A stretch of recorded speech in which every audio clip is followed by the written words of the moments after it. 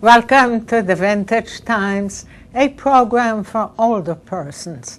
On our program today, we'll talk about an important service that provides physicians who make house calls.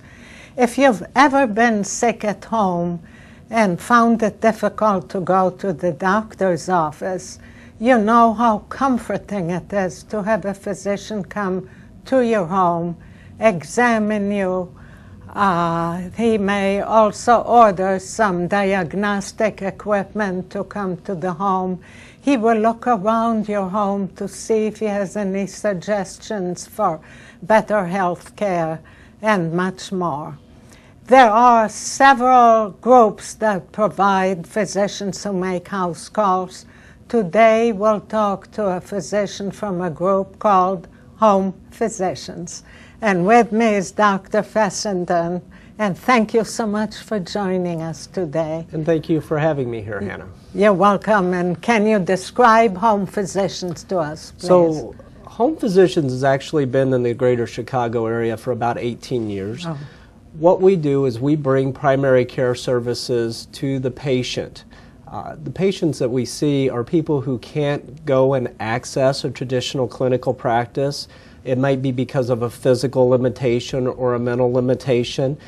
And typically the people that we end up caring for are people who aren't going to get services otherwise. So there's a need there. The people that we typically care about, our patients, are chronically ill in most cases. They typically have several medical problems and also have problems that aren't just going to get better. It's not uncommon for us to have patients who have dementia and Alzheimer's who over time will progress. A lot of our patients have heart failure as well as emphysema, diabetes, osteoarthritis. So we see a wider range of different disease states. And with that, our patient base, some of our patients are truly bedbound to where they can't get out of bed, they don't know exactly where they're at, to some patients that we have who have to use a walker or a cane to ambulate. So we see quite a range of patients. The most of the patients we see are older than 60 years old, though our average patient age is in the upper 70s, 80s. We do see some younger patients, and that's typically somebody who has had a traumatic event like are paraplegic now from a car accident, or sometimes there'll be somebody who has some mental retardation or just a birth defect and they're not able to necessarily function on their own. So these are people who really cannot leave the home to go to a doctor's office. Can you describe the advantages of your coming to my home? So the biggest advantage is that the individual's getting care. We see people who are homebound, and by definition, homebound says that it's a great task or very difficult for me to get out. Right. Now, with that said, people still can go out and go to church or go out and get their hair done. But it's got to be something that they have to work to be able to do. And some people have great resources where family members come and can take them. And in that case, they may not need our service. But when that's not there and that's not consistent, that's an ideal situation for us to go in. When we go in to see patients, we act as their primary care doctor. So the same as when you were going to a clinic and seeing Dr. Smith, we would actually take over Dr. Smith's role, and we would actively engage you in your health care and help direct you as far as what we're treating, how we're going to treat it, and how we should proceed. The best thing that a service like ours can do is help people understand their disease state, how it's going to progress, and understand the choices that they're going to have to make down the road as far as, do we want to treat this or not treat this? A great example is, as we all get older, our kidneys clear everything bad out of our body. And you can't use something for 50, 60, 70 years and it continue to work as well as it did from day one. So something we commonly see is somebody whose kidneys are starting not to work as well. And the question is what do we do about this? Do we want to be aggressive about doing something? And aggressive ultimately ends up on dialysis or something along those lines. And some people just know, hey, no, I don't have interest in doing that. And that's fine. That's a personal choice. So we try to educate and help navigate the patient in making some healthcare choices that they're comfortable with. Yeah. And that same thing goes for end-of-life issues. Unfortunately, I haven't met anybody yet who lives forever, but maybe they're out there. Well, great. I want whatever you're having. And if we know that somebody has a disease state that's getting worse, we want to be able to have a conversation about what the game plan is here, how we want to treat that. Because sometimes going to the hospital isn't the right answer to the situation. It might help for an acute situation, it might help for a little bit, but ultimately it doesn't change the core problem and what the outcome eventually will be. How very comforting, you're very caring, very thoughtful. You entered the life of the patient, right? Correct. Right, and you guide them with what they really want for themselves. Correct, and it's the same thing as to the patient's lifestyle. You know, the fact of the matter is we all should eat vegetables and fruits and do everything. Nobody should drink, nobody should smoke. However, the reality is some people have chosen to do things other than that. And you have to be able to go in and adapt and understand the situation that you're in and be able to support the patient as best you can, realizing that. We still tell people you shouldn't smoke or shouldn't drink, but at least if we understand the situation. Be compassionate. And the best example of that is diabetes. I mean, when you look at people's diet and what they should be eating, and in reality what they may be eating may not be the same thing. And we have the advantage of, because we're there seeing the patient, seeing the environment, and understanding, it's pretty common that we look in the refrigerator and just kind of see what's there. Good idea. Just because that tells you, you get good insight. One thing you and I had kind of discussed briefly earlier was medications. We'll go in to see a patient the first time and find that they're taking the same medicine with 3 different names for the same reason, and they really only need one. And the patient had no idea that they were taking 3 different brands of the same thing. Right. And that has potential problems for the patient, in that, you know, the medication was designed to be taken a proper way, and if you're taking 3 times the dose, you may have other issues as well. So we go in on our first visit and look through the medications and say, you know, this is what you should be taking, this is what you need, this is what you don't need, and much as you would in an office practice as well. Yeah. So when you come in, you look around, you talk to the patient.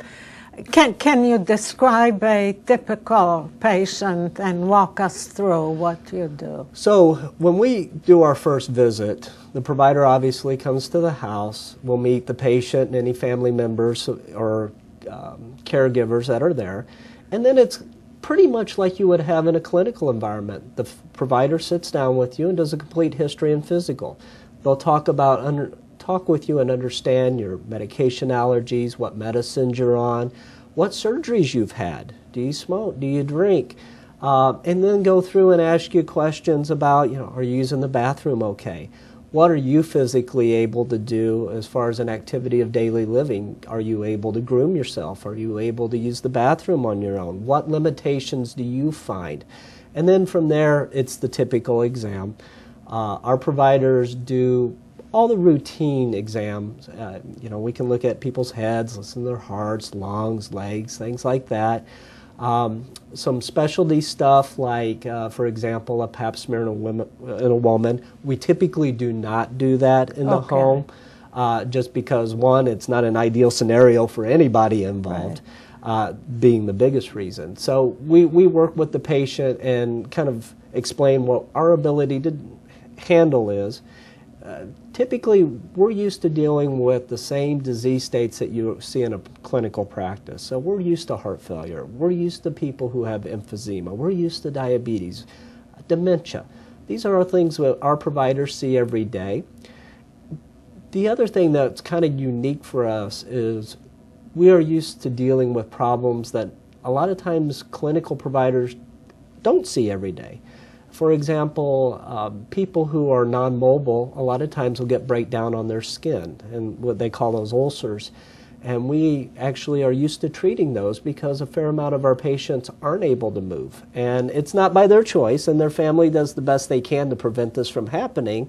But the fact of the matter is gravity tends to make our skin break down if you're not moving around. So we have supplemental services that we provide as well, such as wound care. I have a full-time general surgeon who just goes to the home to take care of wounds. Okay.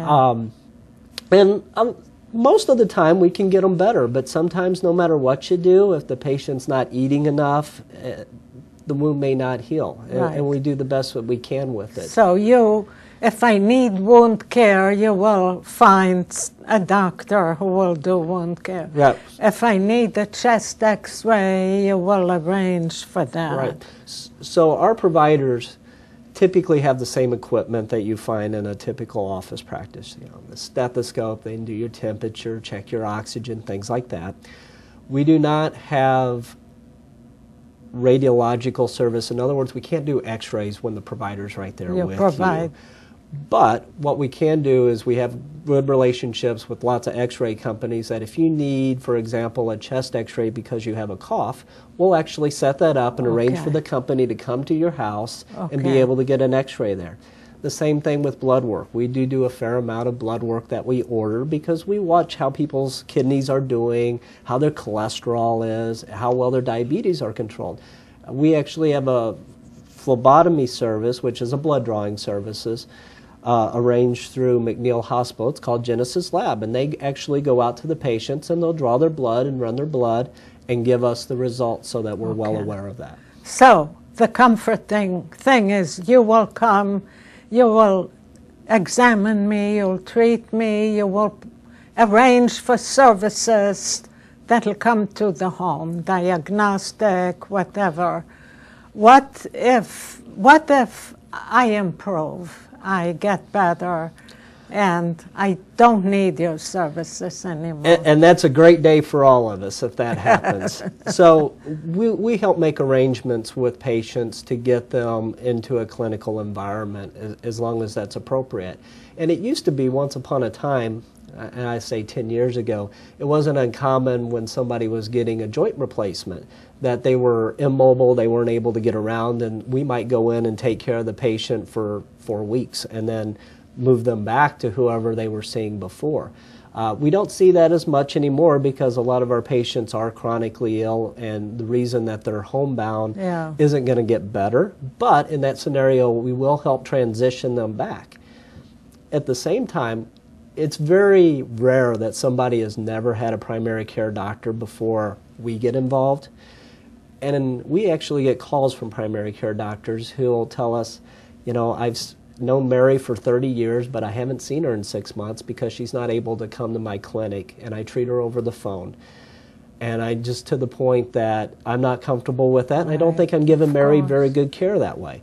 And that's an ideal situation for us because we can go in, see Mary, make sure that she's getting what she needs. At the same time, we can develop a relationship with her PCP, and we'll share that information with that provider so that they know what's going on. Wonderful. That can actually be taken to the next level. And the one, I don't know if I would call it a flaw, I think it's kind of a reality of medicine in 2013 is our providers don't take care of patients in the hospital. So what we do is we use hospitalist groups. So if somebody needs to go to one hospital, we more than likely know somebody there who will take care of our patients for us.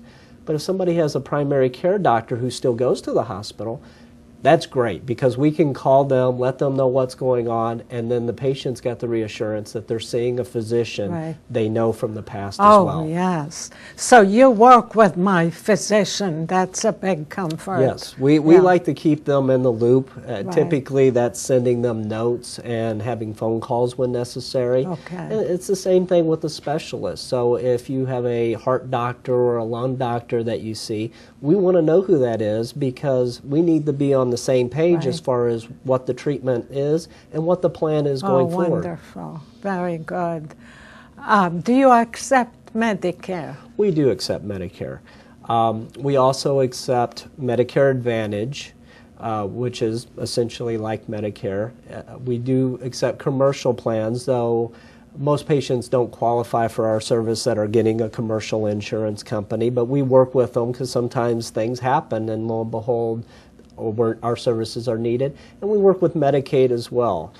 Primarily, especially in the DuPage area, there's something called the Age, Blind, and Disabled Medicaid population, which is now in an HMO with Illini Care and Aetna Better Health, and we work very closely with them. So if they identify that there's a patient who's not getting services and needs services, a lot of times they'll give us a call and ask us to go establish a relationship. Wonderful. What about family? Do you work with the family? Yes. Most of our patients have limitations and need a caregiver or need an active family member to support them. We like that because it gives us somebody to talk to as well. We want everybody to be on the same page.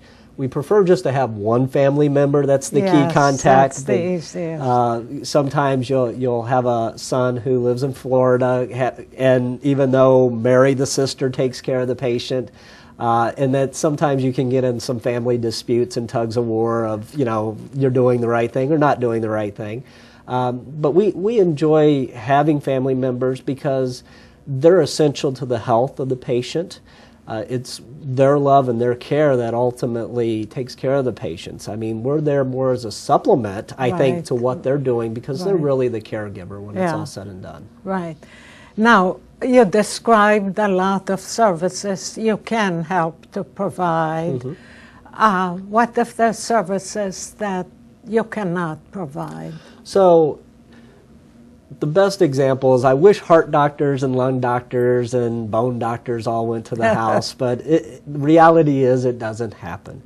So in a case like that, if we know that somebody needs a specialist or a level of care that we do not have the capability and we don't have the support system to be able to support, what we'll do is make arrangements and help coordinate so that the patient can get seen by the right person at the right place. And we typically do that by where the patient lives. We'll call the hospital there or a clinic there or maybe somebody they've seen in the past and help set up an appointment so that they know what's going on, good. As well as help with arrangements as far as transportation goes, because that a lot of times tends to be the biggest hurdle. If there's a good family support or caregiver there, though, a lot of times they can step in and help as well. So you mentioned transportation. You will help find that service too? Yes, we try the best to our ability because in a case where somebody is truly bedbound and can't move, they're going to need an ambulance. That's probably the only way that they're going to be able to get someplace. And we're familiar with the forms, know how to fill them out, and get people where they need to be. That's so very comforting. We're going back to olden times where the physician comes to the home. We are, and part of this is, I think the biggest driver, and this is my own personal viewpoint, is the fact that you've got baby boomers now who are getting older. And it's a very different experience in life to be a baby boomer, and you've had independence and you've done a lot of great things. And the idea of the nursing homes as we used to know it 30, 40 years ago doesn't appeal to anybody. The other reality is if you go to an assisted living facility, senior living facility, a nursing home, these are very expensive. It can cost you anywhere from $50,000 to $80,000 a year. A lot of us don't have that kind of money to put out. And if you ask people, would you rather stay in the house you've been in 20 years for the last 20 years, or would you go to a new place? Now, there's good things about assisted living facilities. Don't take me wrong, because you can get a lot of good interaction. You know, some people just kind of cut themselves off from society. So there's a great upside to that. But if somebody's physically limited, putting them in a new environment isn't going to, they aren't going to get that benefit. That's true. So if they've got a good support system and family and friends who are there to help the patient, bringing our services in allows them to kind of keep their freedom, I guess. Many people want to stay at home. As you said, some people prefer assisted living, which is a good choice for them. Some people want to stay at home, but they worry, what if I can't get out to go to a physician? A physician is, of course, crucial to my health care. So it's very comforting that you come. How often will you visit me? So our frequency of visits are determined by the patient's medical state and what's going on with them. On average, we probably see our patients around every 30 to 45 days. Now, there's always exceptions to the rule. If somebody calls us, even though we might have seen them last week and said, I'm sick, something's going on, we'll make it a point to go see them within 24 hours so that we're taking care of them. So we follow up as we need to follow up. Sometimes we see somebody doing great, don't need anything, and they've been that way, and we might say, you know what, we'll see you in 2 months. We'll see you in 3 months. That does happen. But on average, we see people about every month, month and a half. Every month. When I don't need your services anymore, is there any follow-up on your side? So if somebody ends up transitioning back to a primary care, we kind of step away and kind of step in the shadows. Now, if there was ever a day, though, that something happened and once again they couldn't go to the primary care, whoever they were seeing, we would definitely step back in. Okay. Well, that's good to know. Does the same physician come? Do you try to provide the same face? We do. Our providers actually go to a specific geographical area. So somebody who comes to Downers Grove always comes to Downers Grove and never goes to Evanston or Creed or anywhere else. We do try to keep multiple providers in each area because sometimes people just don't like each other. People will see a provider, and even though I might think the provider's great, they just didn't get along and they don't want to see that provider. So we'll have somebody else there. Typically, a patient won't see more than 2 providers in an area just because we try to keep the same one there. And our preference is that we do keep the same one because there's something invaluable about a physician who's been in your house, who already knows you. There's a trust built up. Exactly.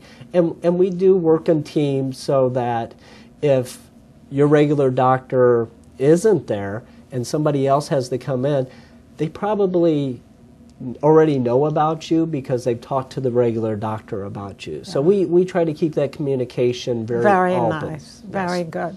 Now, if one of our viewers feels, that's wonderful, I'd like to call these people, can we call you, and then what happens?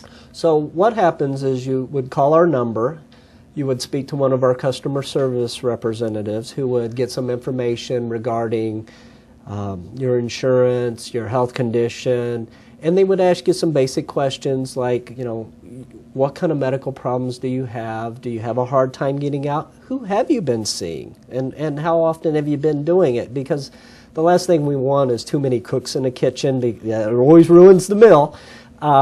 So our customer service gets your information, and then typically we see people within 72 hours. Okay. Our service area, just so you know, is DuPage County as well as Cook County. We pretty much cover the greater Chicago area, but so we've always got providers out, typically in an area on a daily basis. Now, as you get farther away from the center of Chicago, we might only have a provider there every other day, but typically we're able to get out and see people pretty quickly. And once again, the typical patient has what condition? So we're very comfortable dealing with people who have dementia, heart failure, coronary artery disease, have had a heart attack, emphysema, diabetes is obviously a big one, osteoarthritis. So pretty much the common conditions that a primary care doctor would see in their office. Okay, and it's mostly for people who cannot leave the home. Correct, correct. And some of that means they can't even get out of the bed. Some of that means, yeah, I can leave, but I have a walker or a scooter, and I have to have somebody who's there to assist me. Yeah. I think that's so comforting to have you come to the home, examine me at home, look around, see what suggestions you may have to improve my health care. It is. It's a lot of the patients that we see probably won't be getting care otherwise, or if they are, it's very limited. I share with a story with you that I was talking to another physician in another state who talked about his mother-in-law. And his mother-in-law is 90 years old, and whenever she goes to the doctor, it's a big event because she put on her nicest outfit, does her hair up, and he goes, I don't even recognize her when she's going to her doctor's appointment because that's not the person I see any other time. Yeah. When we go to the home, it's reality. We know exactly what's going on. Right. It's not a big show, and right. our providers are pretty down-to-earth people. We dress like anybody else does. We go out, we're very friendly with people. We want to understand your problems and be able to help you the best we can. At home, the way you live, you enter my home, you see how I live, and you try to provide the best care. Right. Well, we're seeing people on their turf. It's their ground, their environment, and that's so true. It's very enlightening. Yeah, very, very true. This was so very, very interesting and valuable. Is there anything else of importance you'd like to add? I don't think so. I think this is something for a service for the right people that can really have a positive impact on their life. I think this can help family members and caregivers and give them some reassurance that there's care being provided. So. Wow. Thank you so very, very much, Dr. Fessenden. And I hope you learned what a great service home physicians provide. As I said, there are several groups who provide physicians at home. It is a very comforting service when a physician comes to your home, examines you at your home, sees how you live, makes recommendations, and can make arrangements for all kinds of tests, everything done at home, and they come back. So if you'd like to contact home physicians, call them at 877-663-1333, or call us at the Township at 630-719-6682. And thanks again for joining us today.